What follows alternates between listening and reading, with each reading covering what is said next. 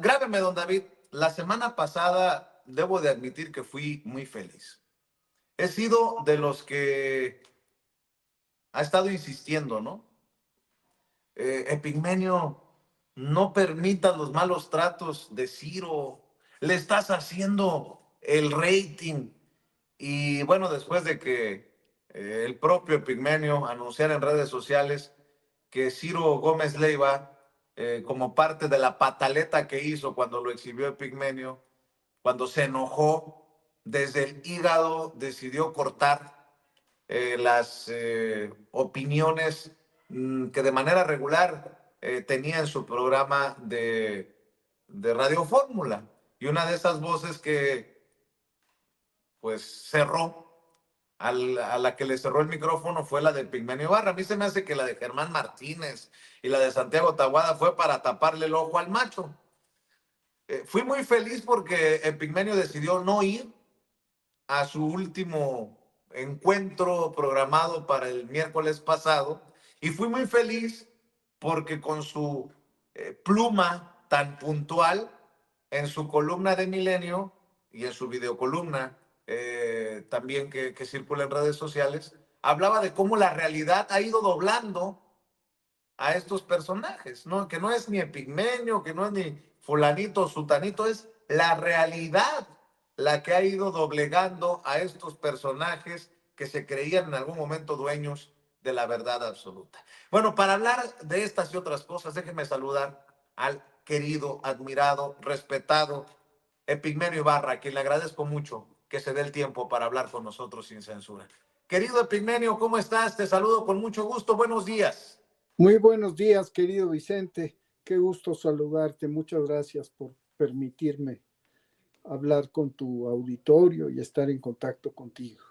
A ver, Epigmenio, pues te apagan el micrófono, te apagan las luces en Telefórmula. Siempre estos micrófonos, estas cámaras independientes estarán abiertas para ti, sin condiciones y sin límites.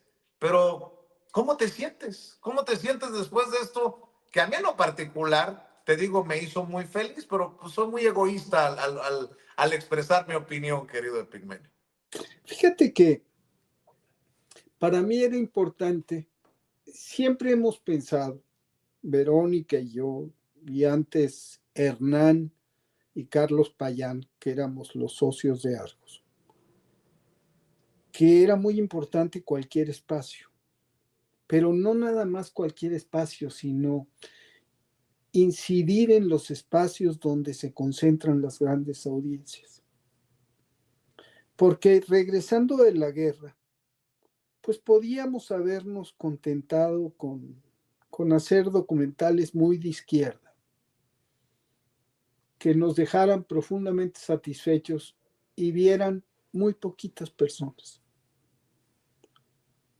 Y en aquel momento, en donde el espacio periodístico, después de 12 años de hacer periodismo de guerra pues en muchos países del mundo, aquí me dijeron, oye, no, tú aquí periodismo no vas a hacer.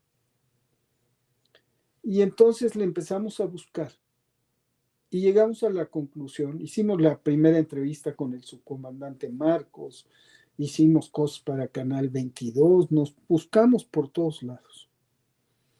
Pero al final decidimos que había que ir a buscar a las grandes audiencias. Y siguiendo la lógica de San Ignacio de Loyola, que dice que hay que entrar con la de ellos para salir con la nuestra, empezamos a producir telenovelas. Y la gente decía, ¿cómo telenovelas? Pues porque la realidad y la televisión tienen una incompatibilidad genética que se siente sobre todo en los noticieros. Pero nosotros vamos a hacer de la ficción una prolongación del periodismo por otros medios. Y eso hicimos. Y resulta que, pues como el burro que tocó la flauta, resultamos muy exitosos porque la gente quería cosas distintas. Yo decía que a la gente le daban la televisión que le gusta, pero que en el momento en que le das la televisión que se merece, también le gusta. Y este apetito por entrar en contacto con la realidad, pues la gente lo sintió en nada personal, lo sintió en Mirada de Mujer, lo sintió en todas las cosas que hicimos durante tantos años. Pero no era nuevo esto de buscar los espacios. Y buscar los espacios hostiles, ríspidos, como fuera, pero que en donde nos quedara la palabra. Esa fue la lógica con Ciro. A mí no me maltrataba, se exhibía.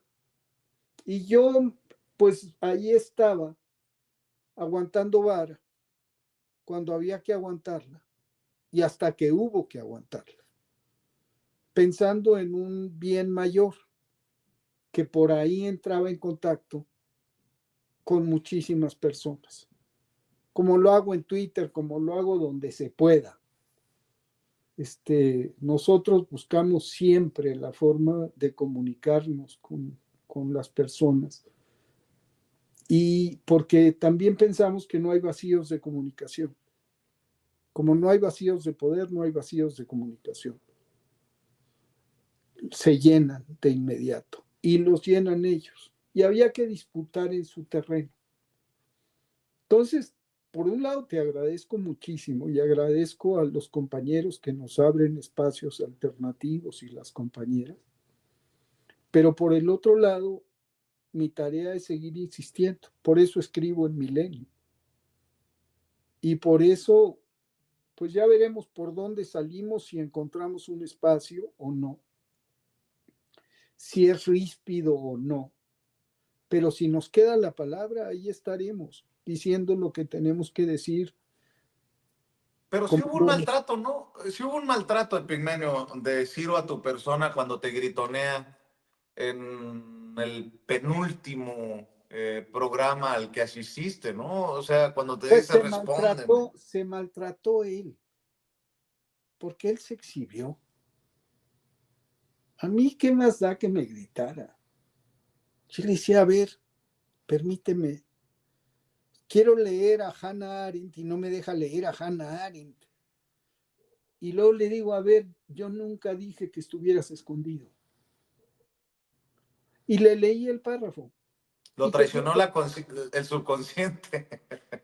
y seguía gritando y seguía diciendo cosas. Entonces, lo que sí fui una vez más. Y luego me anunció que ya esa sería mi última vez. Y decidí ya no ir. ¿Por qué? Porque dije, primero, independientemente de todo, lo que creo que sucedió es que decidió cortar las participaciones de todos para no cortar mi participación solamente. Y entonces llevó entre las patas a Germán, al ministro Saldívar y al otro impresentable, ahí sí impresentable que tenía, que era Taboada. Pero dije, y además me lo dijo Verónica, me lo dijeron muchas personas, tú entre ellas, ya no vayas. Y sí pensé que era importante no ir, porque era importante que la gente se quedara con la imagen de grito, de Ciro gritando órdenes e imponiendo ese tono autoritario característico que siempre medio disfrazaba. Yo le decía, no editorialices, Ciro, editorializas con los gestos.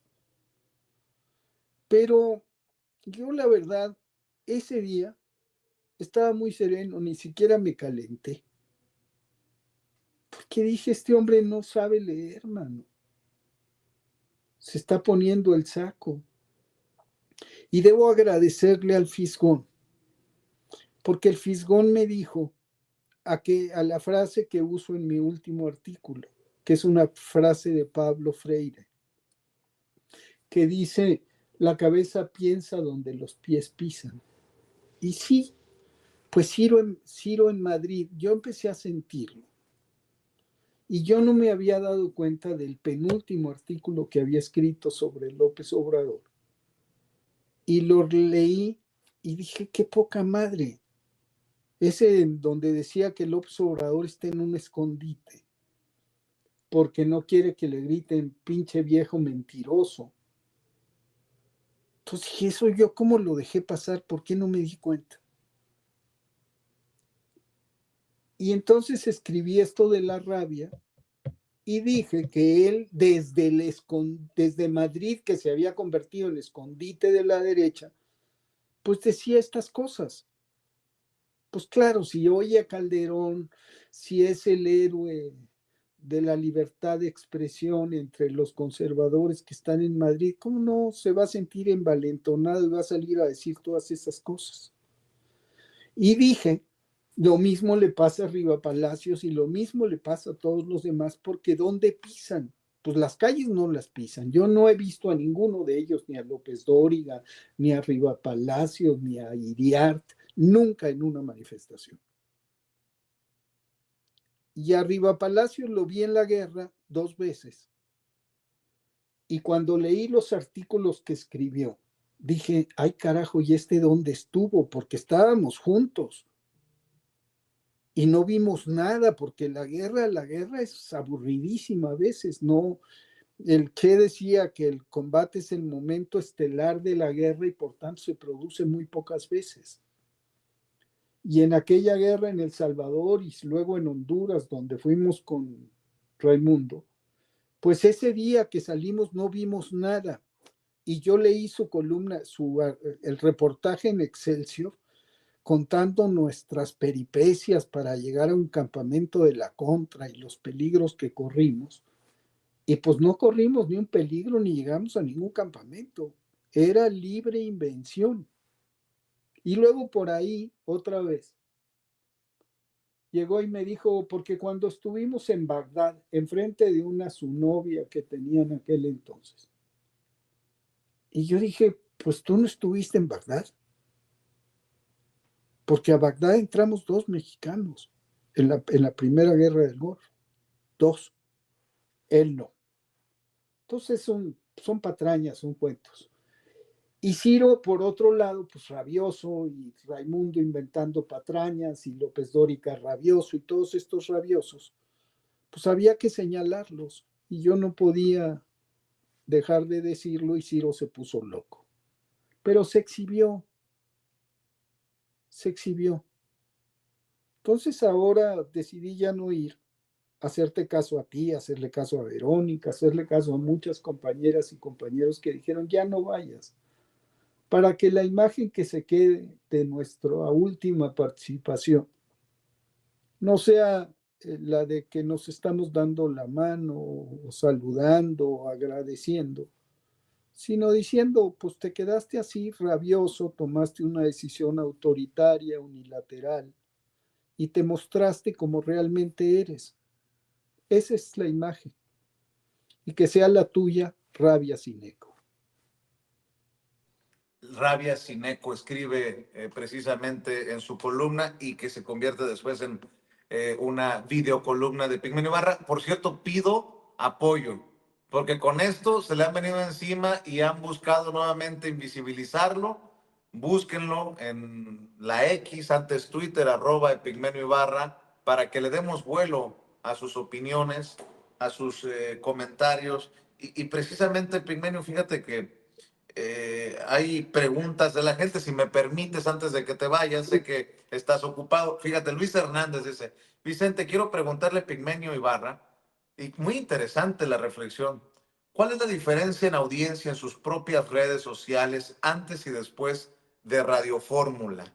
¿Funcionó desde tu perspectiva estos años de estar aguantando vara, como tú mismo lo has dicho, Pigmenio? Eh, ¿Qué reflexión deja hacia adelante? Porque esto solamente es un episodio de la lucha que continúa, ¿no? Claro, no, la verdad yo planteaba que cada miércoles, antes de entrar al aire, yo preguntaba si valía la pena o no. Y en X, antes Twitter, digamos que el marcador estaba parejo. Había tanta gente que me decía que no fuera como tanta gente que me decía que fuera. Pero en las calles sí era muy distinto.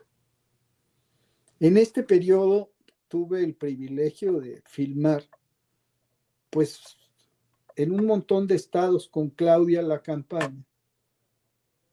Y después he estado en algunos eventos filmando con ella, con gente. Y la gente es muy... En la calle la gente me dice, usted no se baje, usted sígale. Y sí, digamos, creció la cantidad de gente que se acercaba a mí para decirme eso. Ahora, en Twitter la cosa es distinta. No puedo decir que mi audiencia en Twitter haya crecido, porque desde hace 2 años yo soy objeto de un ataque muy consistente, que se ha vuelto mucho más dramático en los últimos 8 meses, 9 meses. Mi cuenta de Twitter ha perdido el 70% de su alcance. Antes yo tenía por el orden de las 30 millones de impresiones al mes. Ahorita estoy en 10 millones de impresiones al mes. ¿Por qué? Porque son tantos los ataques cotidianos. Yo ya no puedo operar mi cuenta de Twitter, no puedo entrar a mis menciones, porque son puros insultos y amenazas y advertencias y campañas de desprestigio. Y esto hace que el algoritmo considere tóxica mi cuenta e invisibilice mis mensajes. Ya lo han estudiado expertos en redes sociales y es lo que se llama shadow banning. Entonces, desde la campaña, digamos, comenzó el ataque, a principios de la campaña, y se ha venido incrementando. Y ahora se suma a lo que hacen los columnistas. Después de la bronca con Ciro, Ciro dijo sin ninguna prueba y porque se le dio la gana, que había una campaña en su contra financiada ilegalmente con dinero público. Eso es una patraña. Pero lo que sí hubo fue una campaña de todos los líderes de opinión que salieron a lincharme. Raimundo Riva Palacios, López Dóriga, Chumel, todos se sumaron a la defensa de Ciro y coincidieron con los bots, con los troll centers de la derecha, que tomaban lo que ellos decían, lo multiplicaban. Y entonces mi cuenta de Twitter está a la baja, va en caída libre. Pero por lo pronto ahí sigo haciendo el pase de lista, sigo escribiendo en Twitter, sigo publicando mis radiocolumnas en Twitter y pidiendo cada semana, como necio que soy, que por favor me apoyen a difundirla, porque la única manera de superar la invisibilización es que otras personas repliquen, compañeras y compañeros repliquen las cosas. Pero digamos que el efecto de la presencia con Ciro sí fue benéfico, porque entre otras cosas en ese espacio se produjo un debate que a la postre resultó demoledor para Xóchitl Gálvez. Porque esta señora decidió en un programa en el que estábamos hablando de ella, intervenir al aire. No sé si se acuerden de eso. Sí, claro, claro, claro. Ahí fue casi el clavo que le faltaba al ataúd políticamente hablando, ¿no? Se suicidó. Porque qué carajos va a venir una candidata a la presidencia a hablar con un editorialista, con un opinólogo ahí, pues de cuarta como yo. Y luego a decirme que ella era una mujer de izquierda, y yo le decía, pues yo nada más te hago una pregunta, si eres tan de izquierda, si te invitó Andrés Manuel a Morena, si empezaste en la Liga Obrera Marxista, ¿qué haces en el PRI y en el PAN? ¿Qué haces con ese atajo de corruptos? Y luego me dijo, tus contratos con el gobierno. Le dije, no tienes uno solo, porque no existe un solo contrato con el gobierno. porque nosotros nunca recibimos ni un centavo. Yo nunca recibí ni un centavo. No que tu préstamo es un préstamo, como 4,999 préstamos que ese año se entregaron y no es a título personal, es una empresa acreditada y que resulta que se volvió muy importante, insisto, como el burro que tocó la flauta. Nosotros nunca pensamos que tendríamos el éxito que tuvimos. Lo tuvimos porque nos pusimos en consonancia con lo que en el país estaba pasando. Y esa es la realidad que digo que ha doblegado a estos que están furiosos porque el país no tomó el rumbo que ellos diseñaron y que ellos dijeron. No ganó Xochitl. Y Ciro se equivoca de palmo a palmo porque yo le digo que López Obrador salió con una altísima aceptación. Y dice, pues no, porque tuvo la misma que Peña y Calderón. Está mintiendo. Ninguno de los dos terminaron con esa aceptación. Pero vamos a otra reflexión. ¿A quién le entregó Calderón la presidencia? Al PRI. Quiere decir que su gestión no fue aprobada porque la aprobación a una gestión presidencial es el voto por el candidato del mismo partido. ¿Y a quién le entregó Peña? A Andrés Manuel López Obrador. ¿A quién le entrega Andrés Manuel López Obrador? A su compañera de movimiento y de partido, a Claudia Sheinbaum. ¿Y cómo le entrega? Pues una presidencia con una altísima aceptación y Claudia se convierte en la persona más votada de la historia de México. Entonces miente Ciro. A López Obrador no está escondido. López Obrador desde el primer día dijo, terminando me voy a la chingada. Y ahí está, haciendo honor al compromiso democrático que tiene y que hace de esta revolución que estamos viviendo una revolución única en la historia. Ningún movimiento de izquierda triunfante ha tenido la grandeza de la cuarta transformación. Evo Morales se religió 4 veces y por eso los conflictos en Bolivia. Chávez y Maduro hicieron lo mismo. Lula también. Los Kirchner inventaron un sistema dinástico casi. ¿Qué hizo López Obrador? Retirarse. La izquierda mexicana toma el poder y cambia la Constitución. Sí, la cambia para establecer en la Constitución la revocación de mandato. Contrariamente a lo que hacen todas las izquierdas en América Latina, que cambian la Constitución para posibilitar la reelección. Entonces tenemos una revolución que es amplia, que es plural, que es diversa, donde caben todas y todos, que es democrática, que es pacífica y que se produce en libertad. Eso no está pasando, no ha pasado en la historia. Y eso los tiene muy encabronados. Rabiosos, pues, pero que sea la suya rabia sin eco.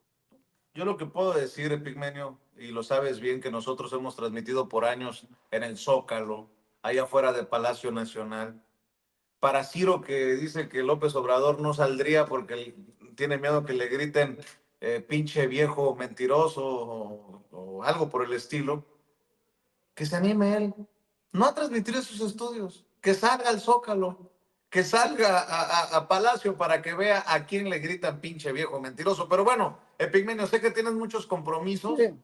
Ellos no pueden pisar las calles. Ellos no andan en las calles. Tú y yo sí andamos en la calle. Claro, en Polanco me gritan. En el Zócalo no. Exacto. Entonces ellos no pisan las calles y eso los tiene verdaderamente furiosos. En las lomas nos gritan, pero en Iztapalapa no. Al contrario, Al contrario. nos aplauden. Oye, primero, antes de que te vayas, tu reflexión sobre lo dicho por Trump en torno a los cárteles mexicanos, sobre la respuesta que yo he aplaudido de la presidenta Claudia Sheinbaum, muy calmada, muy tranquila, pero contundente, y la derecha estúpidamente desquiciada que escribe, entre otras cosas, como Chumel Torres, tómala, o se les acabó la fiesta, diría Pedro Ferriz. Dame tu reflexión de esto, de Trump pidiendo que, o advirtiendo que se declarará a los cárteles mexicanos como grupos terroristas, una Claudia Sheinbaum que dice a México se le respeta, no nos vamos a doblar, habrá cooperación pero no sumisión, y esta derecha que te odia tanto a ti, odia tanto todavía a López Obrador, odia a Claudia Sheinbaum, odia a los youtuberos paleros, como nos llaman algunos, y que odian a México, y que preferirían que un Donald Trump nos invadiera con sus fuerzas especiales. Tus reflexiones, si me permites, Epigmenio, para cerrar. Fíjate que yo veo a Claudia, la vi en su manejo de la reforma judicial y ahora con Trump, y no dejo de pensar en esa canción de de Pablo Milanés que dice: de qué callada manera se me acerca usted sonriendo. Así es Claudia, no cae en provocaciones. Todo el mundo decía juicio político a la corte, disuelva la corte, y ella decía: vamos a esperar a ver cómo votan, porque ellos saben que están haciendo algo inconstitucional. Hoy, ¿qué dijo? A ver, pongan lo que dijo de mí Trump. Quiero agradecerle que dijera que yo era a lovely, ¿cómo se llama? A lovely woman. A lovely woman, pero puso otro adjetivo. Very nice woman. Eso hizo Claudia. Y luego con una sonrisa dijo: bueno, vamos a llegar a un acuerdo en lo migratorio, en la seguridad, y vamos a llegar a un acuerdo en lo comercial. Y yo no me enredo en debates mediáticos. Oiga, que no me enredo. Vamos a llegar a un acuerdo. Y lo dijo con una sonrisa. Claudia es suave, serena, inteligente y firmísima. Porque como decía López Obrador, el fresa era él. Claudia de fresa no tiene nada. Pero es muy racional, es muy mujer al fin.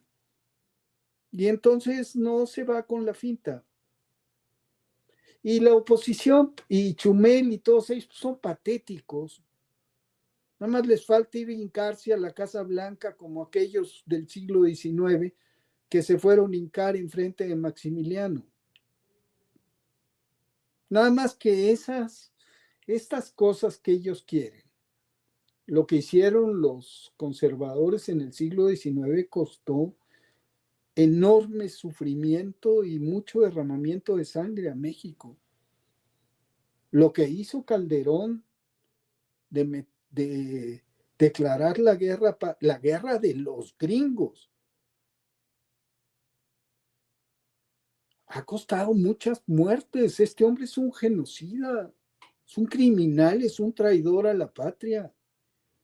Y traidores son esos pendejos así hay que decirles. Ni modo, esos son. Que dicen: ay, qué bueno, órale, Trump es la esperanza de México. Órale, ya se chingó Morena. No, Morena no, México. Si eso pasara, el que se chingue es México y se chingan ellos. Entonces, pues son traidores en potencia. Y son tontos porque al final lo que hacen es tanto criminal como suicida. Entonces vamos a esperar. Claudia tiene razón, al tiempo. No es en los medios, es en la mesa de negociaciones con argumentos. es con razones. Y resulta que hay dos Méxicos, uno de este lado y otro allá al norte del Bravo. Y resulta que ese México de allá es vital para los Estados Unidos, como este México de acá también es vital para los Estados Unidos. Entonces, ya que se le baje a Trump, y quiero agregar una cosa, hay mucha preocupación por el embajador que nombró Trump. Yo nada más quiero recordarles a nuestro auditorio, ¿quién ya fue embajador de los Estados Unidos en México? El jefe de Ron Johnson, Negroponte, el que armó, organizó y financió y operó a la contra nicaragüense. El del Irán Contras. No era un agente de la CIA, era el jefe de operaciones encubiertas de la CIA. Entonces ya lo tuvimos. ¿Y qué otro embajador tuvimos? El que puso a Huerta. Ahí donde se fraguó el golpe de Estado y el asesinato de Madero, en la embajada norteamericana. Entonces, vendrá un embajador súper halcón y ex militar y todo lo que tú quieras. Está bien, siempre pasa eso. Hay que insistir en que lo importante es que nosotros sabemos, y hay que decirlo porque no lo dice la prensa, que existen cárteles de la droga norteamericanos y que los dueños del negocio de la droga son norteamericanos. Y no siempre hay un Escobar, un Guzmán, un Lambada, un Zambada detrás del negocio de la droga. Hay un Johnson, un Smith, un Mackenzie. Y eso hay que decirlo. Y un día terminará por entenderlo Trump y terminarán por entenderlo los grandes periodistas norteamericanos a quienes les insisto, no anden buscando los laboratorios de fentanilo en Sinaloa. Váyanse a buscar a los dueños del negocio de la droga en Los Ángeles, a los que le venden la droga a las estrellas en Hollywood o a los ejecutivos de Wall Street o a los políticos de Washington, que son norteamericanos. Pero, en fin, yo a Claudia la veo muy bien, nadie mejor que ella. De eso voy a escribir pasado mañana para negociar con Trump. Por favor, Epigmenio, cuando te dé la vida, siempre estamos esperándote aquí en Sin Censura. Y desde aquí, pues que se sienta el apoyo en la X, antes Twitter, en @Epigmenio Ibarra, para levantar esos impactos de Epigmenio Ibarra que quieren sepultar, muchos que lo odian. @Epigmenio Ibarra, también su columna y su videocolumna que publica en Milenio, y yo siempre agradecido contigo, tú sabes que te respeto, que te admiro, y aquí estamos, deseándote que estas fechas la pases bien apapachado, y aquí estamos siempre esperándote, Pigmenio. Te agradezco mucho, mi querido Vicente, te deseo también paz, salud y felicidad, y mucho éxito, que lo tienes ya, pero más, y le deseo lo mismo a quienes nos ven y nos escuchan. Que se atrincheren entre los que aman y las que aman y que la pasen muy bien. Y carguen pilas porque lo que viene es importante y tenemos que estar unidos y juntos. Y va a estar cabroncito, si me permites la expresión. Te mando un abrazo, Epigmenio. Ahí Pepe, estamos. quiero nada más decirles una cosa que decía Gramsci, que es el centro de mi artículo de la próxima semana. Decía Gramsci, instruyanse porque necesitamos todo nuestro conocimiento. Voy a buscar la frase un segundito porque quiero dejarla como deseo de año nuevo.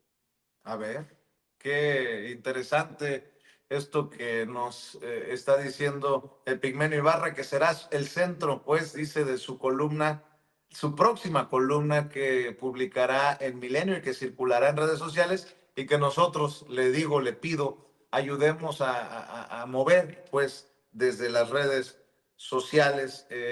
A ver si Epigmenio la encuentra por ahí para que nos la comparta, y dice que nos lo deja de regalo Aquí para está. Navidad y para Año Nuevo. A ver, Epigmenio. Dice, instrúyanse porque necesitamos toda nuestra inteligencia. Conmuévanse porque necesitaremos todo nuestro entusiasmo. Organícense porque necesitaremos toda nuestra fuerza. Pues con toda esa fuerza, vamos pues por ese camino, mi querido Epigmenio, porque ahora sí que México nos necesita a todos. Te mando un abrazo y estamos siempre al pendiente de lo que publicas, querido Epigmenio. Muchas gracias, mi querido Vicente. Te abrazo con mucho cariño. Claro que sí, el maestro Epigmenio.